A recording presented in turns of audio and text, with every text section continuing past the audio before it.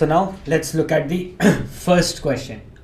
This question was asked in JEE Mains 24, 4th April.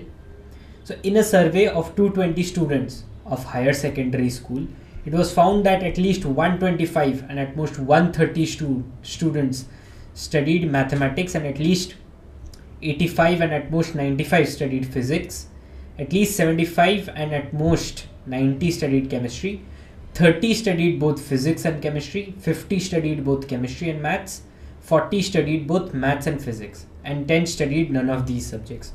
So by reading just the question, you must have understood that there must have been some students who would have studied all three subjects, chemistry, physics and maths. However, they haven't given us that number. It is of course included in 30, 50 and 40, where the students have studied both these subjects. So we need to find that out. We need to find out L, M and N be the least and the most number of students who studied all three subjects. So we need to find out students who have studied all three subjects. So again, this is a question where we draw our Venn diagram and then we solve our question. So let me draw it here. So let's say this is my math section, this is my physics section, this is my chemistry section, this is my chem, this is my maths, and this is my physics. Now what have they told us? Now let me assume that students who studied all three subjects are X. Now they've told us that 30 studied both physics and chemistry. So this portion would have 30 minus X. 40 studied both maths and physics. So this would become 40 minus X. And maths and chemistry are 50 students. So this would become 50 minus X. So from here, one thing that we can say about X, the students who've studied all three subjects, is that that value of X would always be greater than or equal to 30. Sorry, would be less than or equal to 30. It cannot be greater than 30, because if it becomes greater than 30, then we would have a negative value here. Now this, if X is less than 30, that means it would satisfy for X less than 40 as well as X less than 50. So one thing that we know is all the students who've studied all three subjects are going to be less than 30. Now let me assume that the students who studied only maths are M, the students who studied only physics are P, the students who studied only chemistry are C. Now what have they told us? Now this entire thing,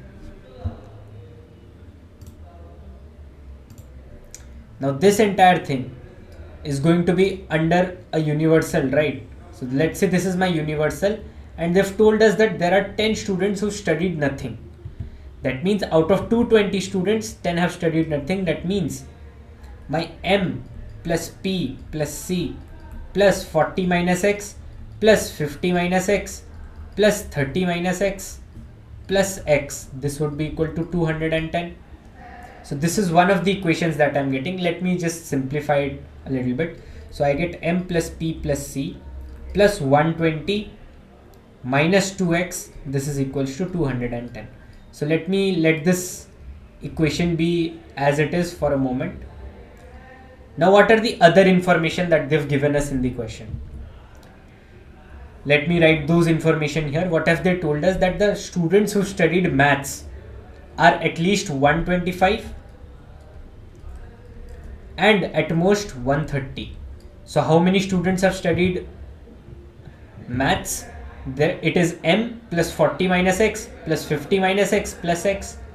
So we get M plus 40 minus X plus 50 minus X plus X.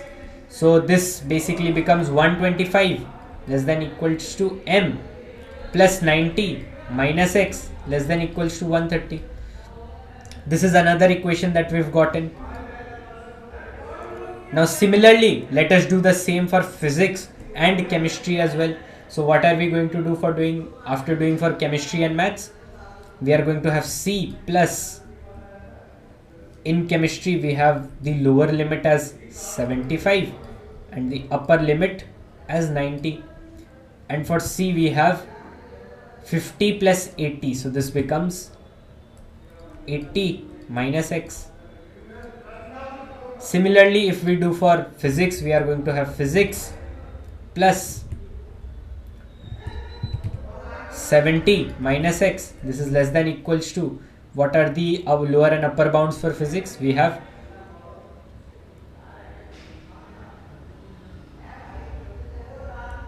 85 and 95. So we have 95 and this is greater than equal to 85. So we've gotten our three equations. Now what I'll do is I'll simply add all these three equations so that I can get m plus c plus p together. And if I get m plus c plus p together, what can I do is I can replace it from this equation and then find out my x. So if I add these three equations, what do we get? We are going to get 125 plus 75, this would make it 200, 285 less than equals to, here we would have m plus p plus c, plus this would become 240 minus 3x less than equals to, and here we would have 220, 315. Now what was the equation that we had here? M plus p plus c plus 120 minus 2x. So what I can do is I can write this 240 as 120 plus 120 and this 3x as minus 2x minus x, so that it can completely be transformed in this format and I can write it down directly as 210.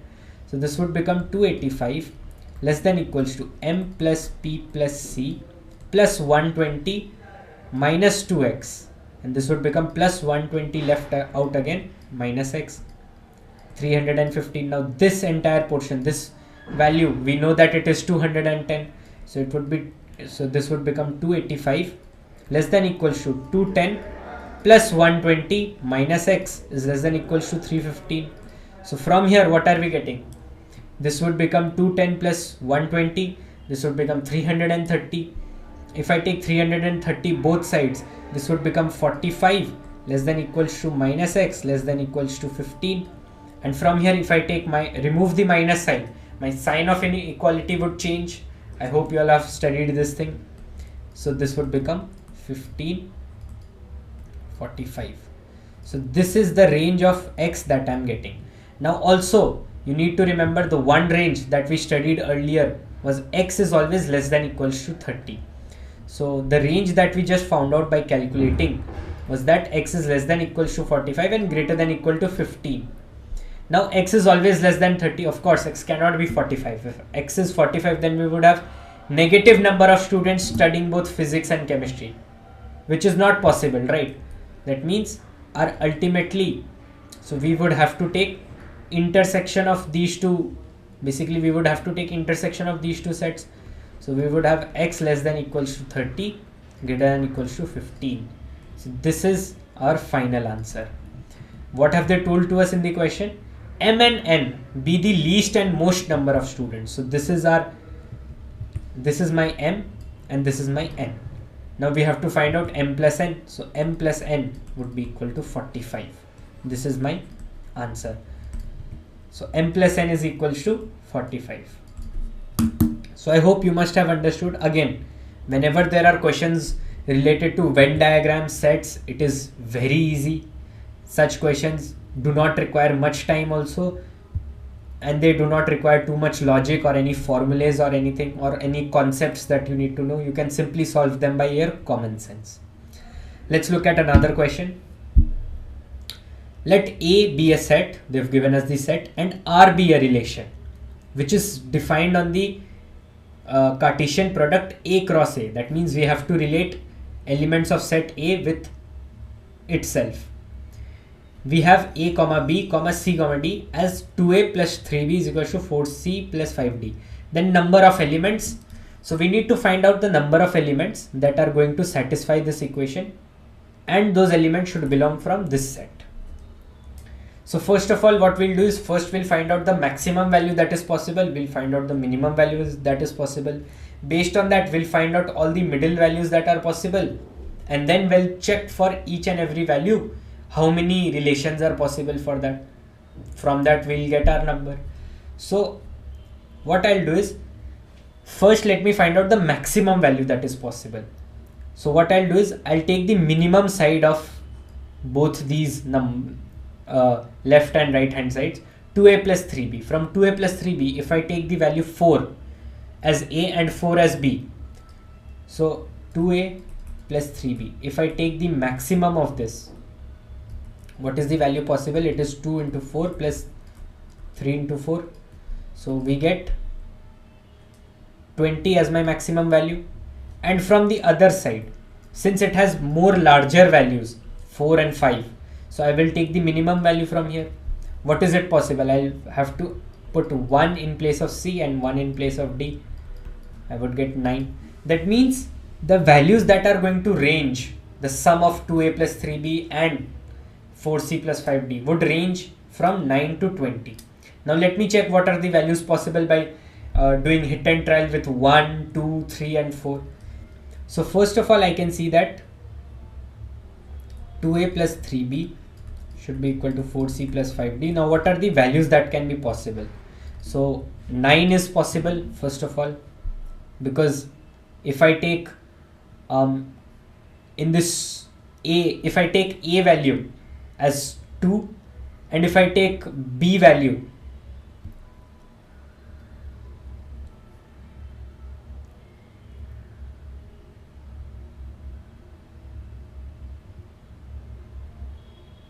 if I take a value as, let's say, as 3 and b value as 1, so this would become 6 plus 3, 9. So it is satisfying. So 9 can come, one of the numbers. What would be the other numbers that are possible? If I put 2, again I can get 13. 13 would be satisfied from both these equations. 14 can be satisfied from both these equations. 17 can be satisfied. 19 can be satisfied. Oh, sorry, 18 can also be satisfied. So before 19 we can also have 18. Now if I check, 20 cannot be satisfied from both these sides. It can only be satisfied from one of these sides. So these are the values that can be satisfied from both the equations. Now what I'll do is I'll try to find out all those relations that are possible for us to get this sum. So let's say my sum here, I'm going to make a table now. Let's say this is my sum side, this is my a comma b, this is my c comma d. My sum is 9. So what are the values of a and b? So let me write down the equation here as well. 2a plus 3b should be equal to 4c plus 5d. So what are the values of a and b that can satisfy this? It would become 3 comma 1. For c it would be 1 comma 1. Now let me check for 13. For 13, are there any other possible values that from which we could have gotten 9? No. For 13, what are the values possible? We can get 2 comma 3, and the other value that is possible, it would become 2 comma 1. Apart from this, I don't think there are any other values among 1, 2, 3 and 4 that would be possible, that would satisfy this equation. For 14, what can I have?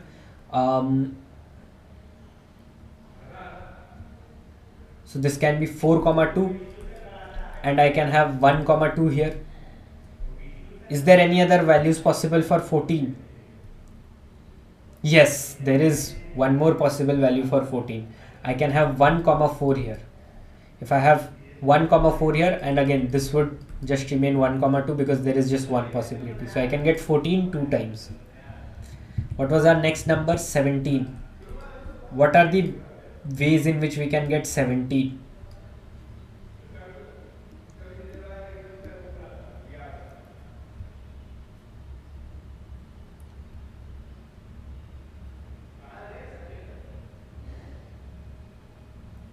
So the ways in which I can get 17 are 4 comma 3, and in this side what can we have?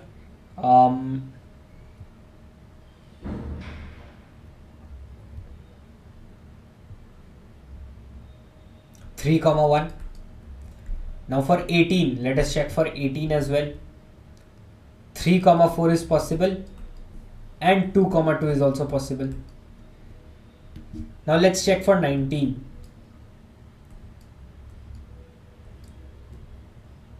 So for 19 from, sorry, I've taken 19 as the wrong number. So 19 cannot be possible from both these sides. So it is only up till 18. So 19 is not possible from both sides. So only these are the values that can be possible. So how many relations do I have? 1, 2, 3, 4, 5 and 6. So that means the number of elements in this set R would simply become 6.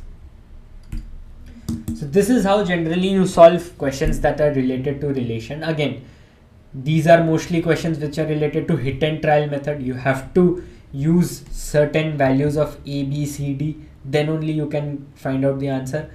Such type of questions are usually time taking, and it is recommended that you solve such questions at the end of your paper when you have time left, because if you start solving these questions, it is necessary that you are going to miss out on a few cases, or you are going to calculate it wrong sometimes. Even I made this mistake of finding out 19, right? However, 19 is not possible from both these sides. So keep this thing in mind. Try to solve questions which require hit and trial methods at the end of your question paper. Now let's look at this question. A, they have given us a set. So let us find out the range of values of x that are possible in A set. So I have modulus x minus 2. I have modulus x minus 2 greater than 1. And this solving inequalities of modulus you have already studied in 11th and 12th. So what can this be written down as? This one would become x minus 2 greater than 1 and x minus 2 less than minus 1. So from here what do we get? X greater than 3 and x less than 1. So from here we get x belongs from minus infinity to 1 union 3 to infinity. So this is my A set basically. So what have I gotten for my A set? It is,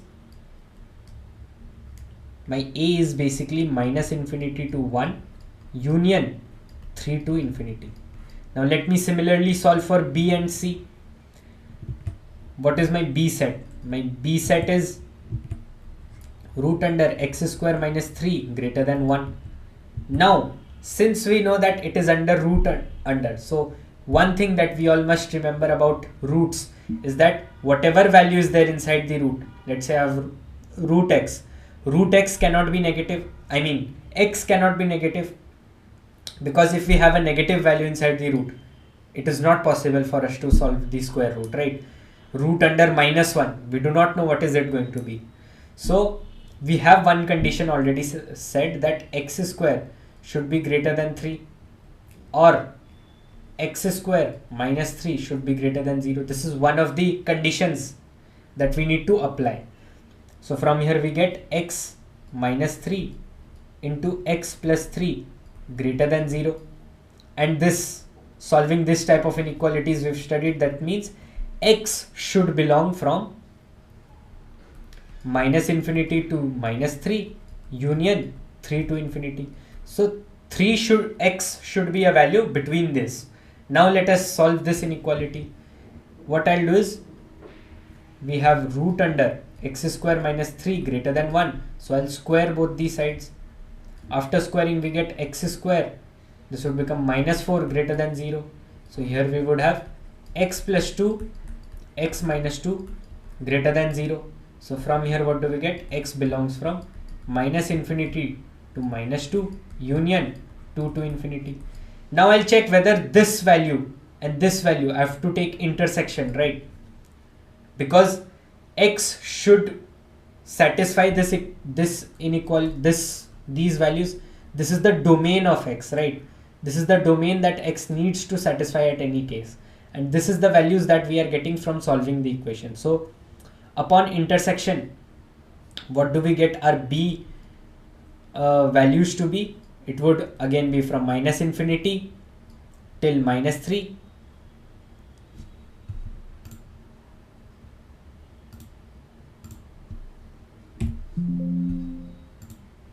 It would be from minus infinity up till minus 3.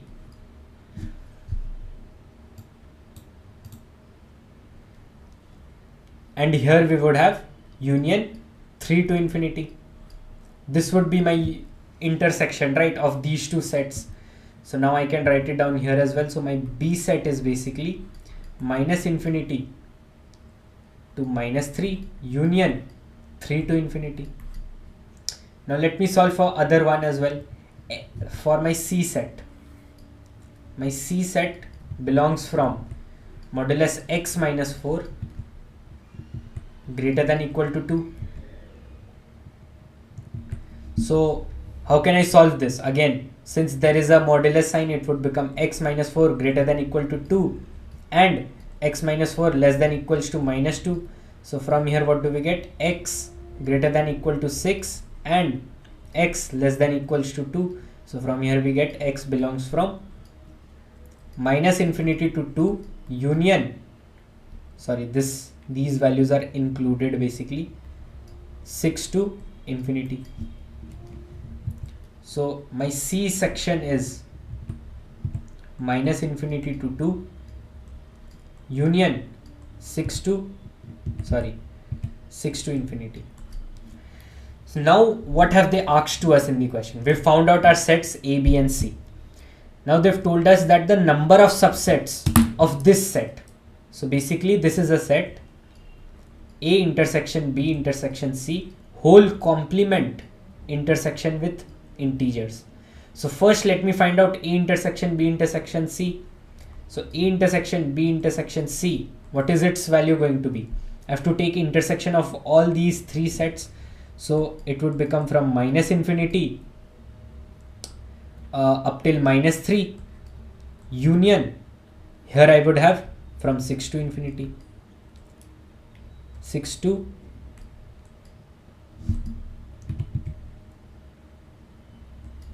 infinity.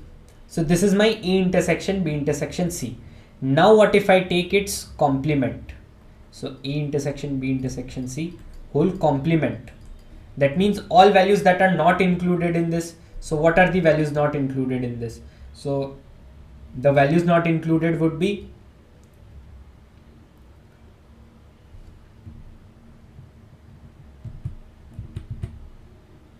here this would be greater than equal to 0. So keep this thing in mind. This would be open brackets.